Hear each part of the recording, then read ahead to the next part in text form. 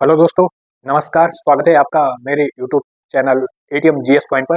दोस्तों, अ, आज से हम ज्योग्राफी शुरू करने जा रहे हैं और ज्योग्राफी में हम आज लेंगे विश्व का भूगोल। दोस्तों, अगर मेरी ये वीडियो आपको पसंद आती है तो इसको शेयर जरूर करिएगा। साथ ही लाइक और सब्सक्राइब और बेल आइकन को भी दबाइएगा ताकि जिस वीडियो को हम अपलोड करेंगे उसका नोटिफिकेशन आपके पास तुरंत पहुंच जाए।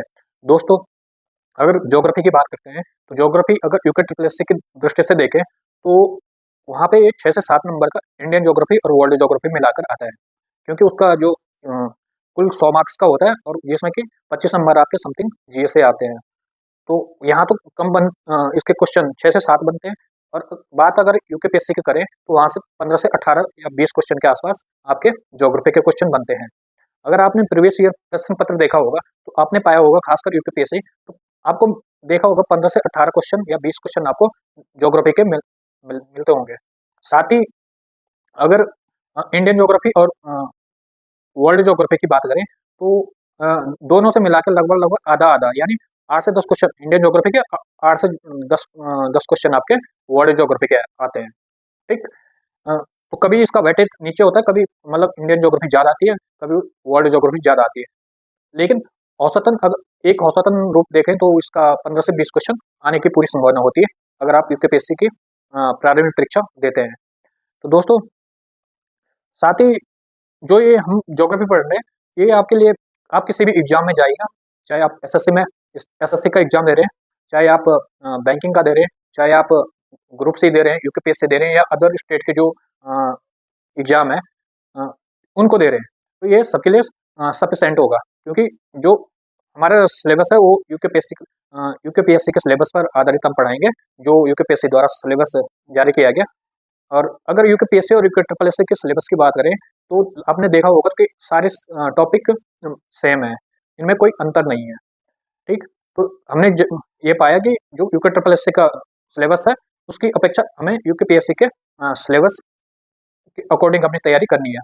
साथ ही दोस्तों, वर्तमान में जिस तरह से प्रश्नों का जो पैटर्न पूछा जा रहा है उसको उसके ध्यान में रखते हुए यहाँ पे जो हम टॉपिक लेंगे उसका पूरा विस्तृत अध्ययन करेंगे, क्योंकि अ, अब वो जमाना गया कि आपने कुछ फैक्ट पढ़े और वो आपका क्वेश्चन डायरेक्ट आ गए। अब फैक्ट के नहीं आएंगे, अब आपको मिलेगा एनालिसिस वाले क्वेश्चन, आपको सोचने पे मजबूर करेंगे कि हाँ ये क्वेश्चन ठीक है, हो सकता है या नहीं हो सकता है। अगर आपने उसको डिटेल वाइज पढ़ा है तो आप उसको सॉल्व कर सकते हैं। बाकी बात तो तुक्का लगाने वाली बात अलग है, अगर किसी का लग गया तो अलग बात है। जैसे कि इस बार यूटी बीयूटी कुछ से क्वेश्चन आ रखा था, आपका यूके ट्रिपल एस ने पटवारी एग्जाम में पूछा। तो दोस्तों, इस तरह से डीपली क्वेश्चन पूछे जाते हैं, तो हम यहाँ पे कोशिश करेंगे कि प्रत्येक जो हमारा टॉपिक दे रखा है सिलेबस में उसके डिटेल वाइज से अध्ययन करेंगे। तो दोस्तों, अगर आपको मेरी वीडियो पसंद आती है तो आप इसको लाइक, शेयर और सब्सक्राइब जरूर करना।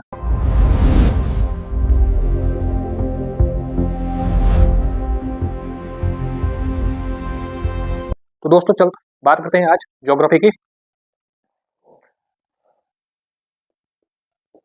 विश्व का भूगोल, भूगोल यानी वर्ल्ड ज्योग्राफी।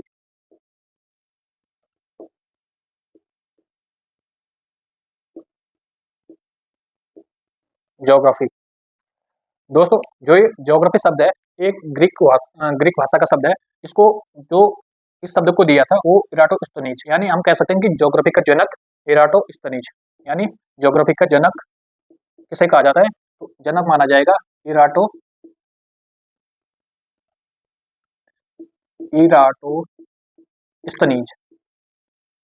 स्तनीज, इराटोस्थनीज को। दोस्तों, अब चूंकि डायरेक्ट क्वेश्चन तो नहीं आएंगे, अब क्वेश्चन बदल के आएंगे, तो इसमें पूछा जा सकता है कि भूगोल का पहला वैज्ञानिक अध्ययन करने वाला, भूगोल का पहला वैज्ञानिक वैज्ञानिक अध्ययन करने वाला, अध्ययन करने वाला किसे माना जाता है, तो आपका आंसर होगा एराटोस्थनीज। साथ ही अ, क्रमबद्ध भूगोल या वास्तविक भूगोल का प्राचीन प्राचीन क्रमबद्ध क्रमबद्ध या वास्तविक वास्तविक भूगोल भूगोल का जनक या अध्ययन करने वाला किसे माना जाता है? तो भूगोल का जनक या अध्ययन करने वाला, तो आप लिख, आपका आंसर होगा इराटोस्थनीज। दोस्तों जो ये ज्योग्राफी, ये मूलतः दो शब्दों से बना हुआ है। एक एक है जियो, दूसरा है आपका ग्राफी। ग्राफी, ठीक। जियो यानी गोल, यानी हम कह सकते हैं गोल यानी पृथ्वी। ग्राफी या ग्राफो भी लिखा जाता है, तो इसका अर्थ होता है अध्ययन करना यानी स्टडी, अध्ययन करना। यानी हम कह सकते हैं कि पृथ्वी पृथ्वी का अध्ययन करना, पृथ्वी का अध्ययन करना, अध्ययन करना भूगोल कहलाता है। कौन सी पृथ्वी? पृथ्वी मतलब किसका अध्ययन करना? तो इसमें कह सकते हैं हम जो पृथ्वी है उसके दो तंत्र हैं। दो तंत्र कौन कौन से? एक है भौतिक तंत्र, भौतिक भौतिक तंत्र, ठीक। दूसरा है जैविक तंत्र, जैविक तंत्र। तंत्र जैविक तंत्र में हम शामिल करते हैं जीव जंतु, जीव जंतु, जीव प्लस जंतु, और पशु पक्षी, पशुओं या आपका जीव जंतु, सॉरी, मानव आदि आदि, ठीक। भौतिक तंत्र में स्थल मंडल, स्थल मंडल, स्थल मंडल, जल मंडल, जल मंडल, वायुमंडल, मृदा मंडल आदि का अध्ययन। यानी हम कह सकते हैं कि पृथ्वी के जो भौतिक और जैविक तंत्र है उसका अध्ययन करना ही भूगोल कहलाता है। या हम कह सकते हैं कि पृथ्वी तथा मानव के क्रमबद्ध अध्ययन, मानव का क्रमबद्ध अध्ययन करना ही क्या कहलाता है? भूगोल कहलाता है, ठीक। दोस्तों जो आपका एक यूको ट्रिपल एस में टॉपिक दे रखा है कि भूगोल की विभिन्न शाखाएं, तो उनका जनक पूछा जाता है, शाखाएं तो नहीं पूछी जाती, लेकिन उनका जनक पूछा जाता है। जैसे कि सांस्कृतिक भूगोल का जनक कौन है, गणितीय भूगोल का जनक है, तो इसके लेकर दो चार फैक्ट हैं, तो आप भी नोट कर सकते हैं उनको। जैसे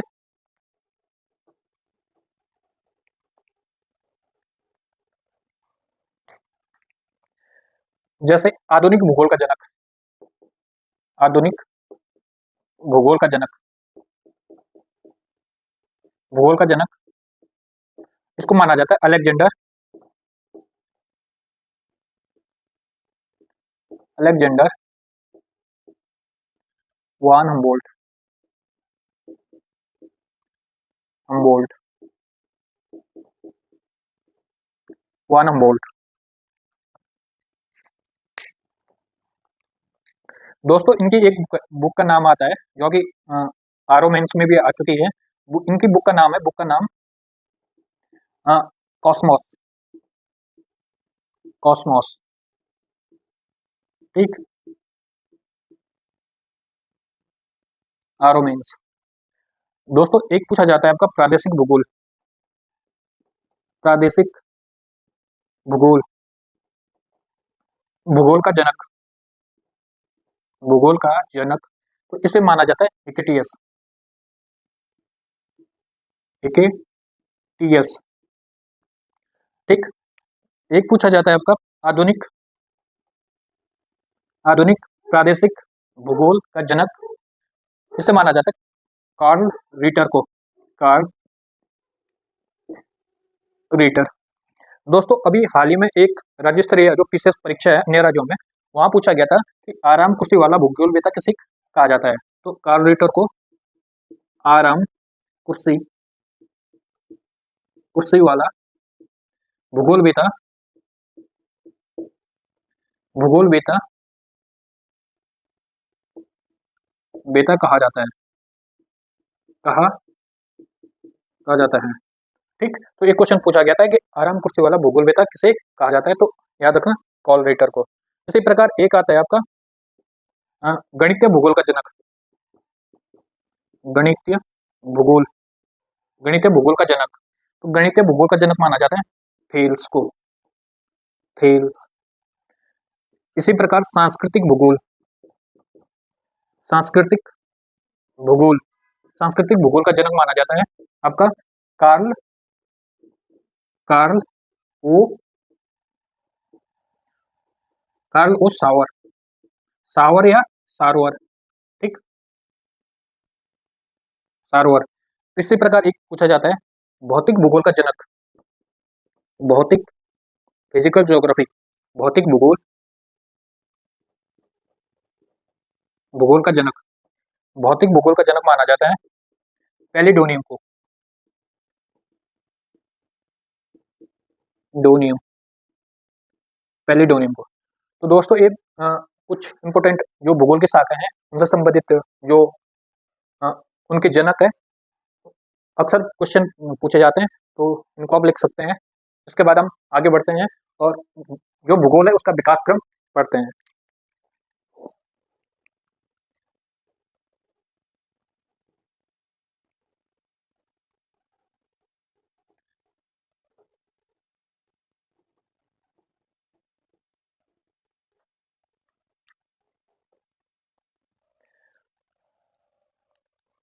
दोस्तों जब हम यहाँ विकास क्रम, एक टॉपिक आपका यूकेपीएससी में दे रखा है भूगोल का विकास क्रम, तो यहाँ से दो क्वेश्चन पूछे जाते हैं प्री एग्जाम में कि कौन सा भूगोल विधा किस वाद से संबंधित है। तो जो विकास क्रम पढ़ते हैं हम इसका, भूगोल का विकास क्रम, विकास क्रम, क्रम।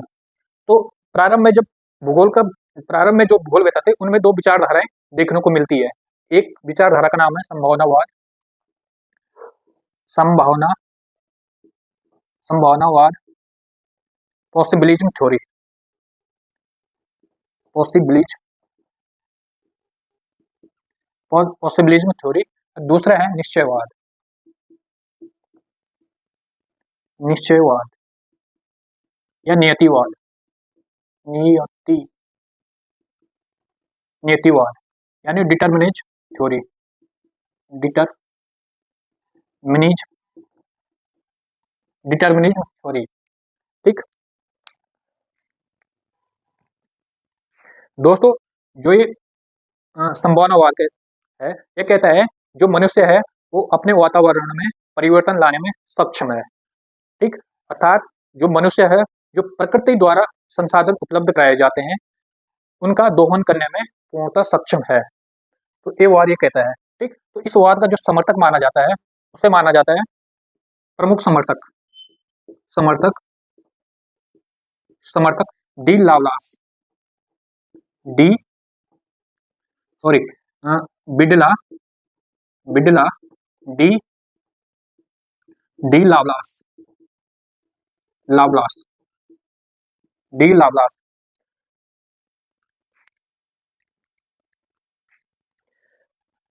इनकी एक बुक आती है, बुक का नाम है principle of human geography, principle, principle of human geography, geography. और एक दूसरा समर्थक है दोस्तों, इसका नाम है लूसियन,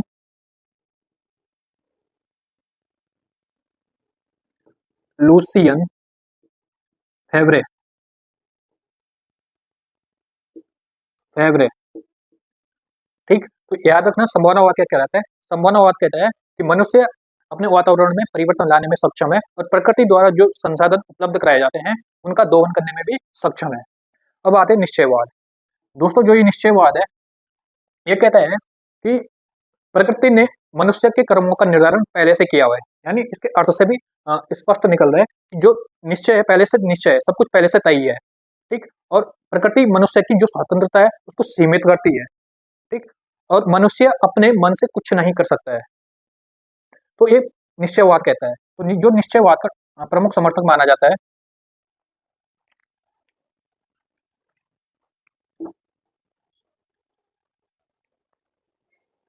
इसका प्रमुख समर्थक माना जाता है समर्थक, समर्थक फ्रेडरिक, फ्रेडरिक रोटजेल, कहीं कहीं रेट जेल भी लिखा होता है या रोट जेल, एक ही बात है, ठीक। दूसरा समर्थक माना जाता है इनका Griffith Taylor, Griffith, Griffith Taylor, Taylor, ठीक। ग्रिफिथ टेलर का एक सिद्धांत दिया इन्होंने नवनियतवाद का सिद्धांत, नव नियत नियतवाद का सिद्धांत, सिद्धांत। ठीक, तो दोस्तों याद रखना इसका प्रमुख समर्थक बिरला डी लाप्लास और इसका प्रमुख समर्थक फ्रेडरिक रोडजेक और ग्रिफिथ टेलर। तो इसका विकास क्रम ये हमारे एग्जाम की दृष्टि से इंपॉर्टेंट था, जो कि टॉपिक दे रखा था। ठीक, आगे बढ़ते हैं हम। अब ब्रह्मांड पे थोड़ा सा चर्चा करते हैं।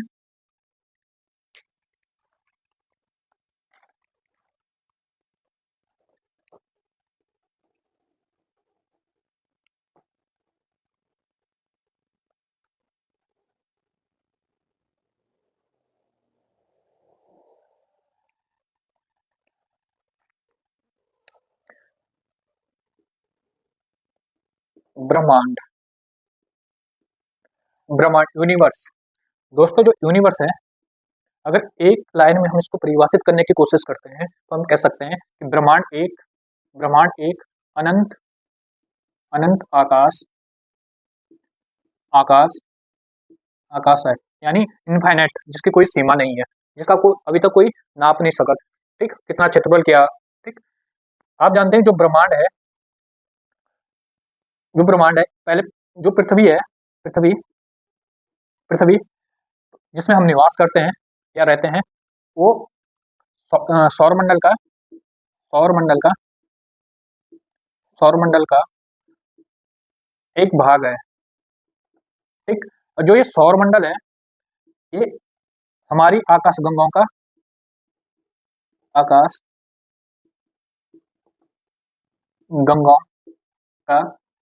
एक भाग है ठीक, इन्हीं आकाशगंगाओं, जब ये बहुत सारी हो जाती है तो इन्हीं आकाशगंगाओं के सम्मिलित स्वरूप को हम ब्रह्मांड कह सकते हैं, ब्रह्मांड कहते हैं। ठीक, तो हम कह सकते हैं कि सूक्ष्म अणु से लेकर विशाल महाकाय आकाशगंगाओं के सम्मिलित स्वरूप को ब्रह्मांड कहते हैं। ठीक, तो दोस्तों जो परिभाषा अगर आपको लिखना है तो आप लिख सकते हैं कि सूक्ष्म अणु से लेकर विशाल महाकाय आकाशगंगाओं के सम्मिलित स्वरूप को ब्रह्मांड कहते हैं। ठीक, ब्रह्मांड का अध्ययन कहलाता है कॉस्मोलॉजी, यानी ब्रह्मांडीय विज्ञान। अध्ययन ब्रह्मांडीय विज्ञान, कॉस्मोलॉजी कॉस्मोलॉजी कॉस्मोलॉजी। दोस्तों जो ये ब्रह्मांड है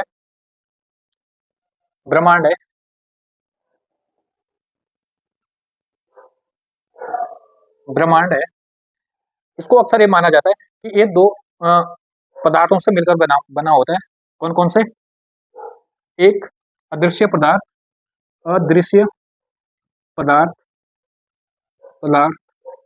और दूसरा आपका दृश्य पदार्थ। अदृश्य पदार्थ के अंतर्गत हम रखते हैं द्रव्य और अदृश्य के अंतर्गत रखते हैं हम ऊर्जा को, दृश्य के अंतर्गत रखते हैं हम द्रव्य।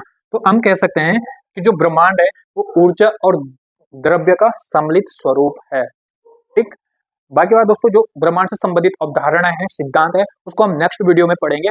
कौन कौन से सिद्धांत दिए गए हैं जो हमारी एग्जाम की दृष्टि से इंपॉर्टेंट होगा, उन पर बाद में चर्चा करेंगे। आज के लिए इतना ही।